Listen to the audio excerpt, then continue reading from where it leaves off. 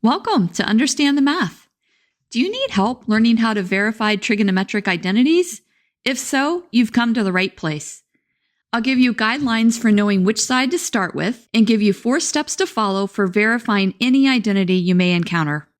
I'll then work through 14 categorized examples that are similar to most problems you may be asked to solve. Before you begin, be sure to check out the video description below for a link to free guided notes that you can download and fill in as you watch this video. Let's quickly go over what it means to verify a trig identity. When we verify a trig identity, we need to demonstrate that the expression on one side of the identity is equal to the expression on the other side.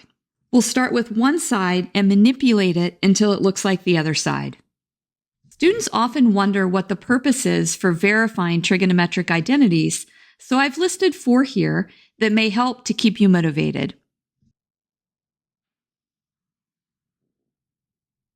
One of the hardest parts of verifying a trig identity is choosing which side to work on first.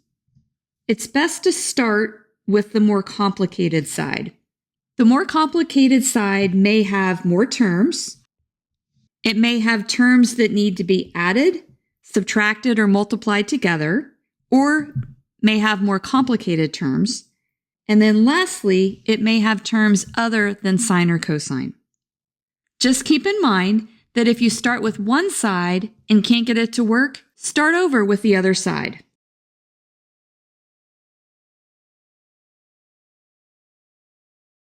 I've listed 4 steps that you can follow when verifying a trig identity. The first step is to start with the more complicated side. The second is to apply a trig identity that will simplify that side. The third step is to look for algebraic operations that may help. I've listed 6 algebraic operations that you can use. The first operation you can do is to factor out an expression. The second is to multiply out an expression. The third is to add fractions by getting a common denominator. The fourth is to multiply by a conjugate. The fifth one is to split a fraction into 2 fractions. And the last one, which is probably the hardest one to think of, is to multiply by a clever form of 1. The fourth step is that you can change everything to sine and cosines. As you go along, you need to make sure to keep looking at the side you're not working on to help determine what to do next. It'll be a really good guide. Let's dive into our 14 example problems.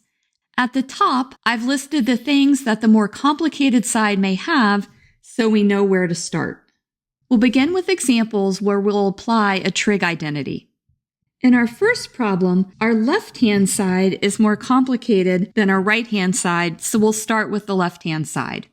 We'll notice that on the right-hand side, there is no sine function, so we'll start by changing sine squared to cosine squared. We know that sine squared x plus cosine squared x is equal to 1, so sine squared x is equal to 1 minus cosine squared x. Let's go ahead and plug that in. On the top, we have 1 minus cosine squared x.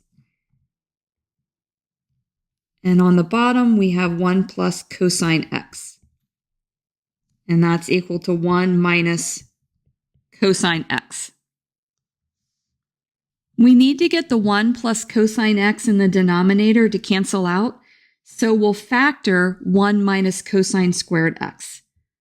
Let's remind ourselves that a squared minus b squared is equal to a plus b times a minus b.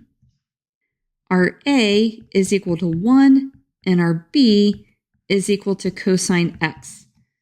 So on the top, we now have 1 plus cosine x times 1 minus cosine x, and then we still have the denominator.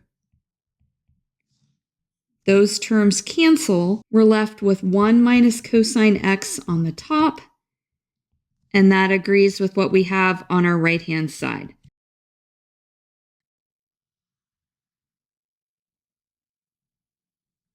For our second problem, it looks like both sides are about the same amount of complication, but there's one term on the left and two terms on the right, so we'll start with the right-hand side since it has more terms.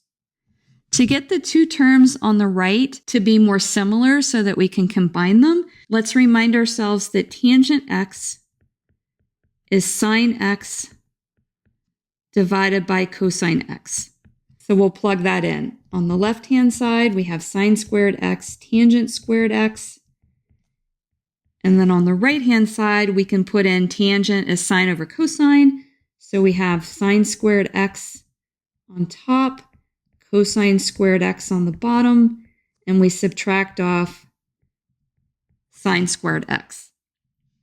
Since we want to get our right-hand side to just have one term, let's get a common denominator. Our common denominator is cosine squared x.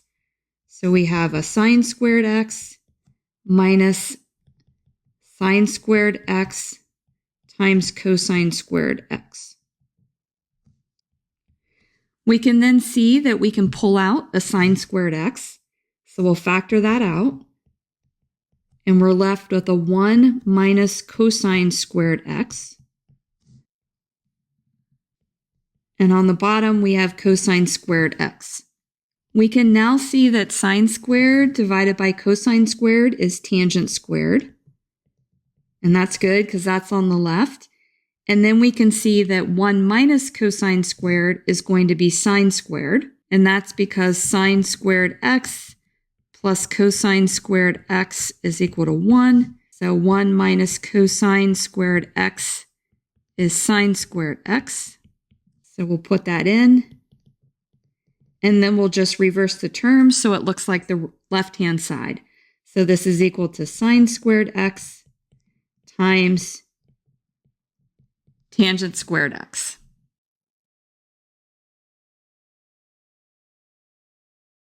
For problem 3, our left-hand side looks more complicated than our right-hand side.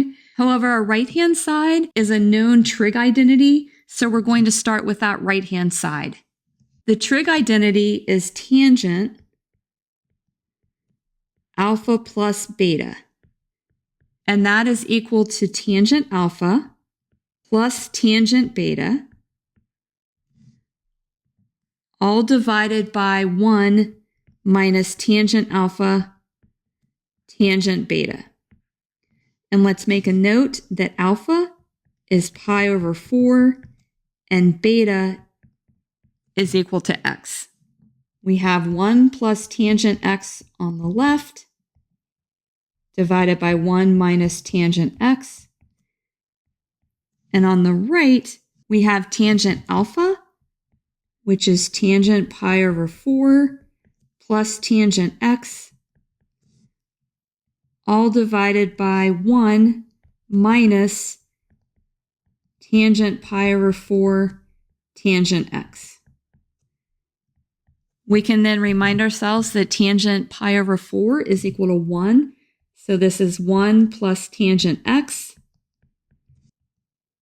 all divided by 1 minus tangent x.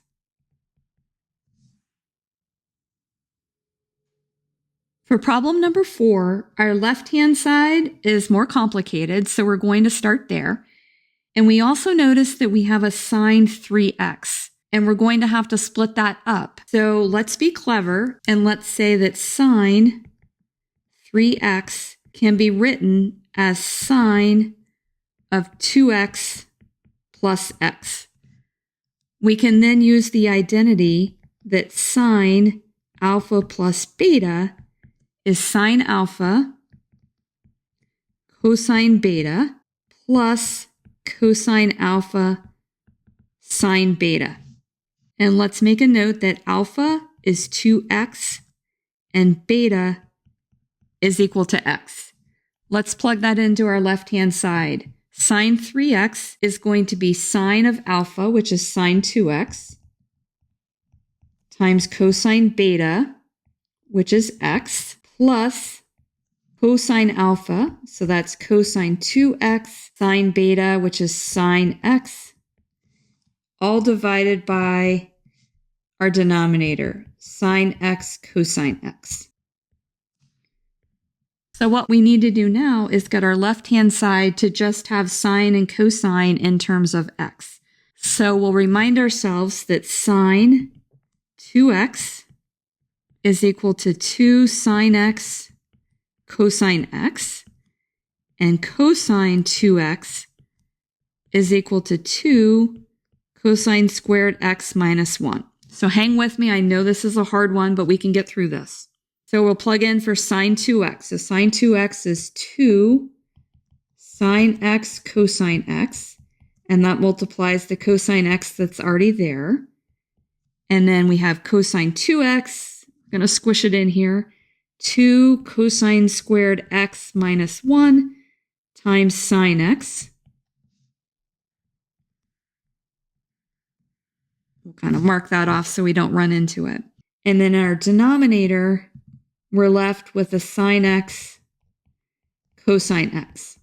Let's now notice that our right-hand side has two terms, so we're going to split our left-hand side into two terms before we go on. So you always want to glance back at the side you didn't do to give you an idea how to proceed.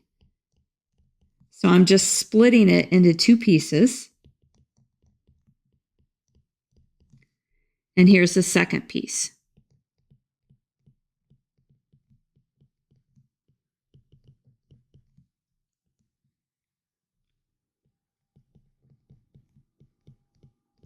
Now what we can do is start canceling terms out. So our sine x, cosine x on our first term, those cancel. And then on our second term, our sine x cancels. This gives us 2 cosine x plus 2 cosine squared x minus 1, all divided by cosine x. If we look at our second term, we can see that we could split that one up as well. So let's do that. So we have a 2 cosine x comes along for the ride. And then we have 2 cosine squared x divided by cosine x minus 1 over cosine x.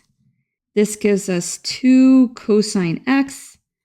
One of the cosines is going to cancel. So we're left with a 2 cosine x, so that's good. We can see that it's going to be 4 cosine x. And then 1 over cosine x is secant x, so minus secant x. I just realized I forgot to put our equal sign as we were going along.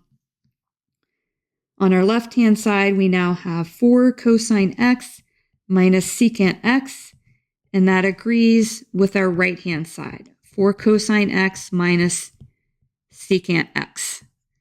So there's a lot of steps in that problem. You just kind of have to go through it a little bit at a time and you'll get there.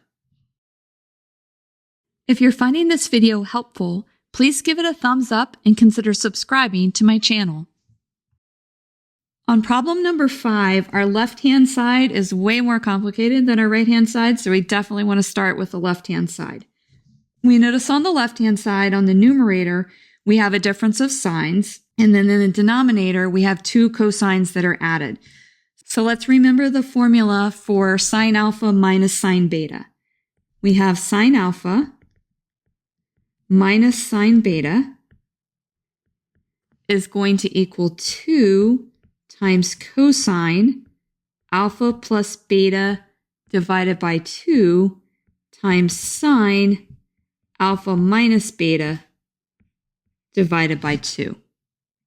Likewise, we have cosine alpha plus cosine beta, and that's going to equal 2 cosine alpha plus beta divided by 2 times cosine alpha minus beta divided by 2. Let's then make a note that alpha is 3x and beta is equal to x, and we can plug these in.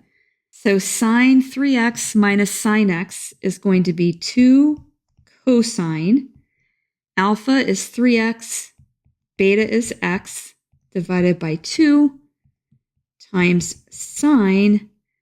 Alpha is 3x, beta is x, divided by 2.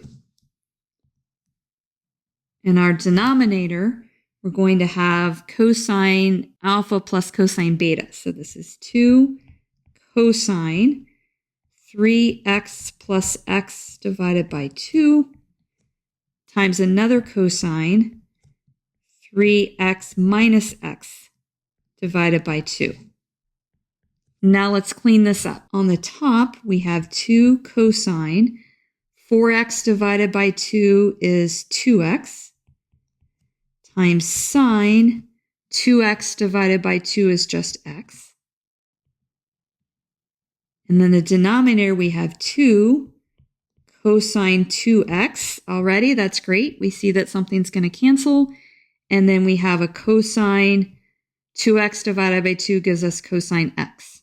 So let's cancel these terms. And we're left with a sine over cosine, which is tangent. So we're in good shape. We have a tangent on the left and a tangent on the right. Let's now look at some problems where we need to use some algebraic operations. In problem number 6, we notice that the right-hand side is a lot more complicated than the left-hand side, so we'll start with the right-hand side.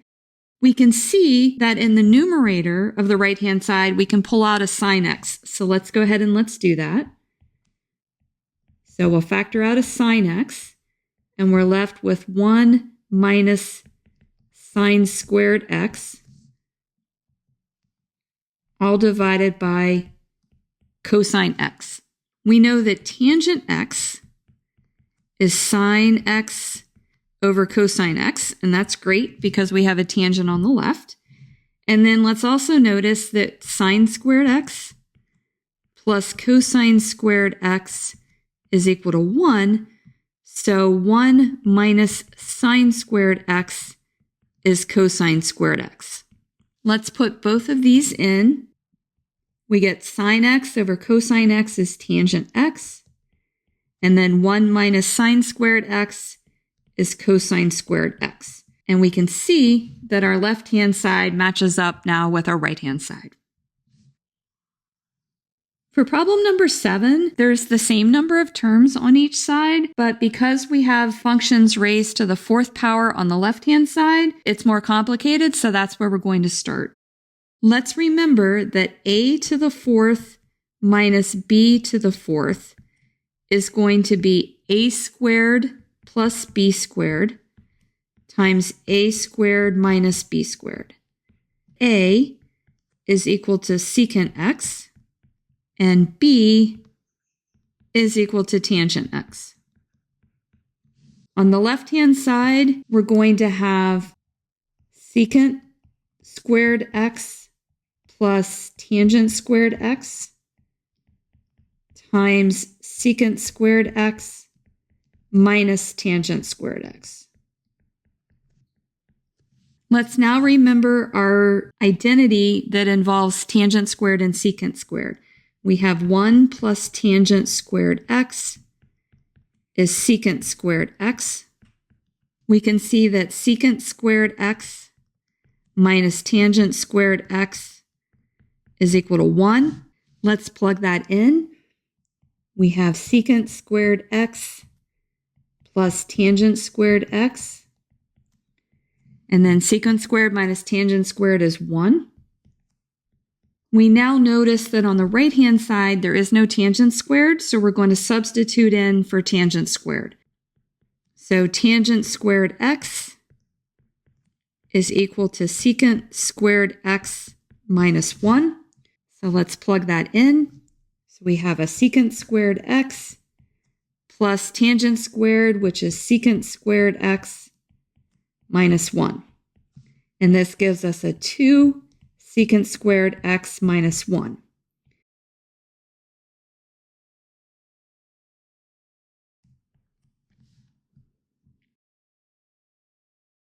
For problem number 8, we have more terms on the left, so we'll start with that.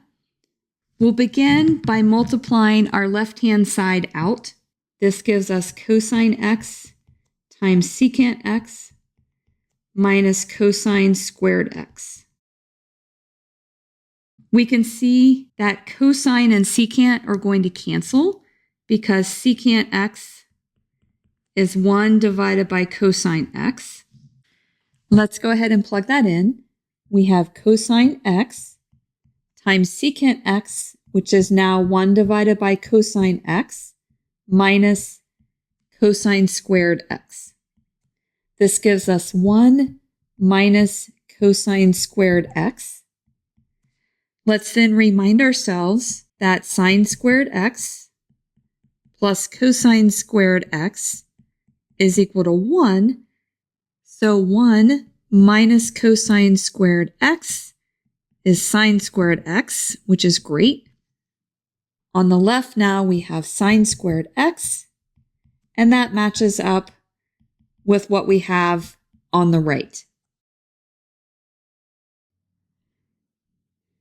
For problem number 9, we have 2 terms on the left and 1 term on the right. So we're going to start with the 2 terms on the left, and we're going to begin by getting a common denominator so that we can make the 2 terms into 1 term. Our common denominator is going to be sine x, secant x. So our secant x gets multiplied by another secant x, and then we have a minus sine x times sine x. This gives us secant squared x minus sine squared x on the top, and then our sine x and our secant x on the bottom.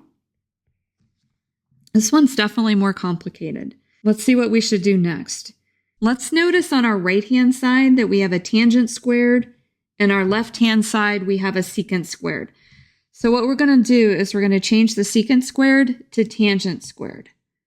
So we're going to use the identity 1 plus tangent squared x is secant squared x. And let's plug that in. So secant squared x is 1 plus tangent squared x minus sine squared x, all divided by sine x times secant x. Now we can see that we have a 1 minus sine squared x, and we know that that's cosine squared x, so let's plug that in. So we have a cosine squared x plus tangent squared x. And on the bottom, let's plug in that secant x is 1 over cosine x, because that's going to give us tangent. So we have a sine x times 1 over cosine x. And I don't have any room down below, so we're going to go to the right. So we have tangent squared plus cosine squared on top. I'm switching the order to agree with what's on the right-hand side. And then on the bottom, we have tangent x. And that agrees with our right-hand side. For problem number 10, we have 2 terms on the right and only 1 term on the left. However, the term on the left is definitely more complicated than the term on the right. So let's start with the term on the left. This is kind of a classic one, and you have to recognize from the beginning that you can multiply by a conjugate. So let's just remember what a conjugate looks like. If we have 1 divided by a minus b, we can write this as 1 divided by a minus b, and then multiply by the conjugate, a plus b divided by a plus b. So this becomes cosine x times 1 divided by 1 minus sine x. And this part is where we're going to multiply by the conjugate. So we have a cosine x, we have 1 divided by 1 minus sine x, we multiply by 1 plus sine x, and divide by 1 plus sine x. So this gives us cosine x times 1 plus sine x on the top, and then on the bottom, we can multiply these 2 terms. and that gives us a 1 minus sine squared x. We'll plug in that 1 minus sine squared x is cosine squared x. And that's going to be great because we have a cosine up top here.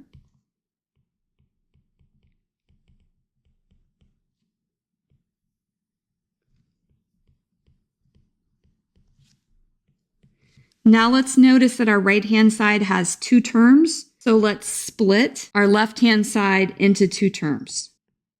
So our first term is cosine x divided by cosine squared x. And our second term is cosine x sine x divided by cosine squared x.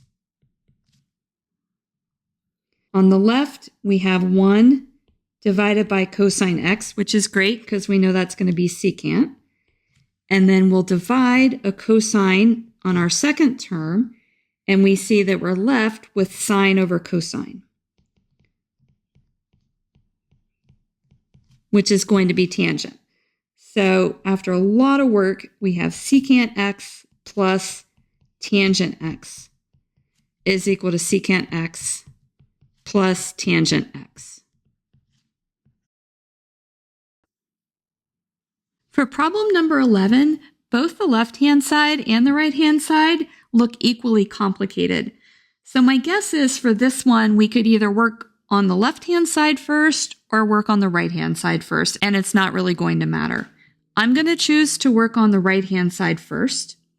On the left-hand side, we only have cotangent, and on the right-hand side, we have tangent, cosecant, and cotangent. So let's go ahead and let's write tangent in terms of cotangent and cosecant squared in terms of cotangent squared. Tangent x is equal to 1 divided by cotangent x, and we know that cosecant squared x is 1 plus cotangent squared x. Let's plug both of these in. So tangent is 1 divided by cotangent x, and instead of adding cosecant squared, we're going to add 1 plus cotangent squared x, and then we subtract cotangent squared x. So these two terms cancel. Let's now notice that our left-hand side has one term, so let's get a common denominator on our right-hand side so it can also have one term.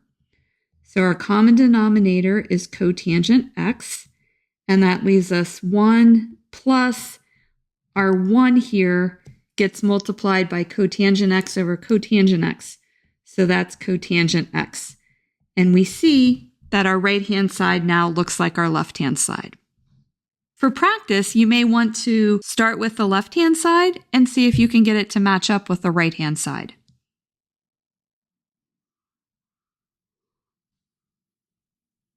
Our last three examples are ones where we need to change all the terms to sine and cosine.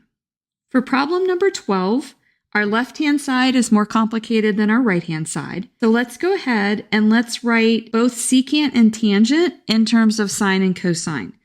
So we know that secant x is 1 divided by cosine x, and tangent x is sine x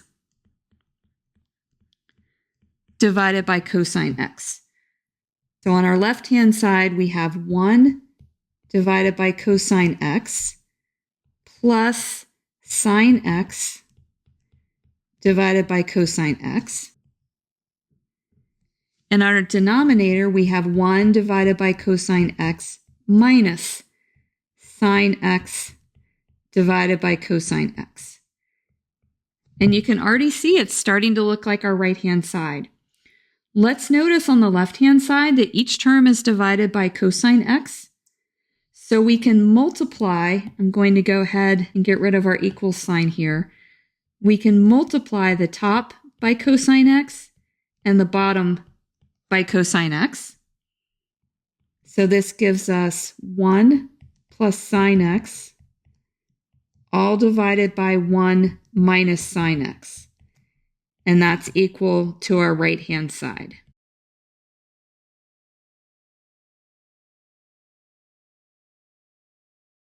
For problem number 13, our left-hand side is the place we want to start because it's more complicated.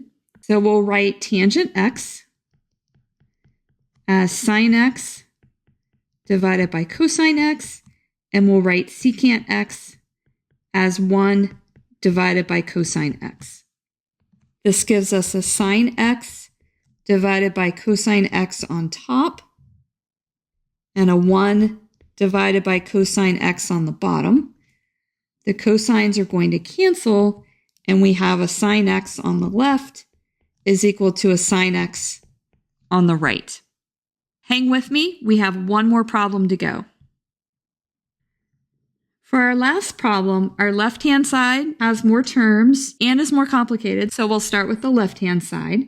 Let's begin by multiplying out the terms. So on the left, we have cosine x times secant x minus cosine squared x. We then notice that secant x is 1 divided by cosine x. Let's plug that in. So cosine x times 1 divided by cosine x minus cosine squared x. Our cosines cancel, and we have 1 minus cosine squared x. And we know from doing other problems that this is equal to sine squared x. I actually save the easier problems to the end just because I know when you go through a lot of problems like this, you get tired towards the end. So I decided to end on an easier note instead of ending on a harder note. I would suggest that you go back and rework all of these problems until you can do them completely on your own, and then go ahead and do even more problems. Verifying trigonometric identities takes a lot of practice, but I know you can do this. If this video has been helpful to you, please consider subscribing to my channel. Keep believing in yourself and have a great rest of your day.